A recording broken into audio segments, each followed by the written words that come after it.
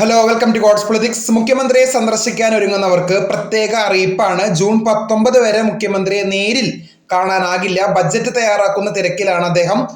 Budget തയ്യാറാക്കുന്നതിന് തിരക്കിലായതിനാൽ മുഖ്യമന്ത്രി V സതീശന് June 19 വരെ സന്ദർശകരെ കാണാൻ കഴിയില്ലെന്ന് അദ്ദേഹത്തിന്റെ ഓഫീസ് അറിയിച്ചിട്ടുണ്ട്. എല്ലാവരുടെയും സഹകരണം അഭ്യർത്ഥിക്കുന്നുവെന്നും മികച്ചൊരു നാളേക്കായി ദൗത്യത്തിന്റെ എല്ലാവരുടെയും പിന്തുണ പ്രതീക്ഷിക്കുന്നുവെന്നും മുഖ്യമന്ത്രിയുടെ ഓഫീസ് അറിയിച്ചു.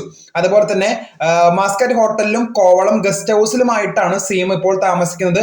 ധനമന്ത്രി കൂടിയായ മുഖ്യമന്ത്രി വി സതീശൻ കന്നി ബഡ്ജറ്റ് ഉണ്ടാക്കുന്ന പണിപ്പുരയിലാണ്. അതാണ് രീതി എന്ന് പറയുന്നത്. ജൂൺ 19 പുതിയ ബജറ്റ് അവതരിപ്പിക്കുമ്പോൾ ബജറ്റ് അവതരിപ്പിക്കുന്ന മൂന്നാമത്തെ കോൺഗ്രസ് മുഖ്യമന്ത്രിയാകും സതീശൻ എന്ന് പറയുന്നത്.